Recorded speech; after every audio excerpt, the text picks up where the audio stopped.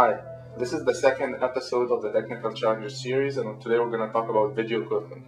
Well, you want to start a movie, but you don't know where to start, you don't know what equipment to buy. So I was in this boat like 4 or 5 years ago, and now I have a little bit more knowledge, so I decided to share it with you guys.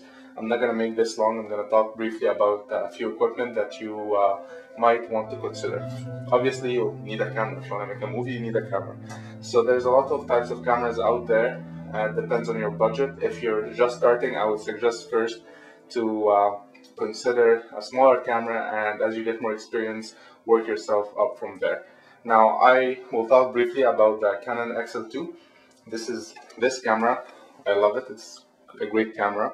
It has an exchangeable lens. You can find a lot of information about this particular camera on this website that you see on your screen right now.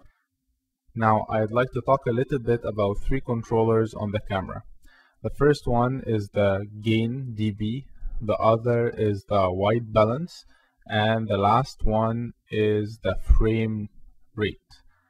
The gain dB controls how bright the picture is.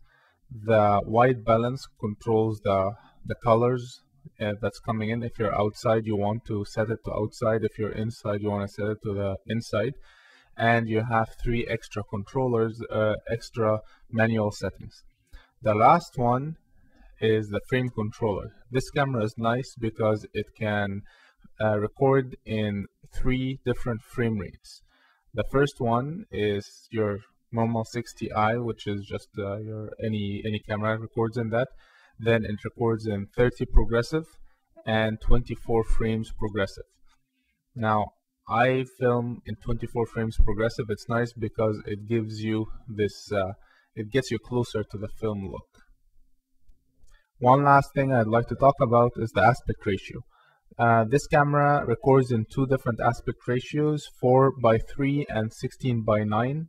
16:9 is the widescreen.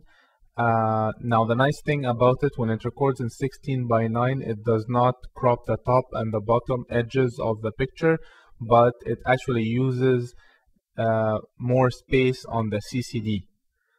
Now there is more technical explanation on the slide that I'm showing you on the screen right now.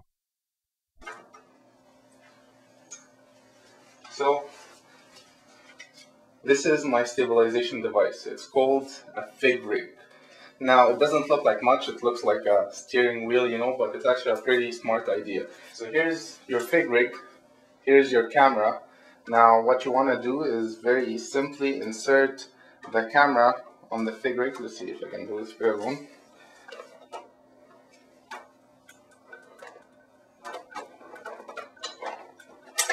Right there. Just got inserted. Awesome.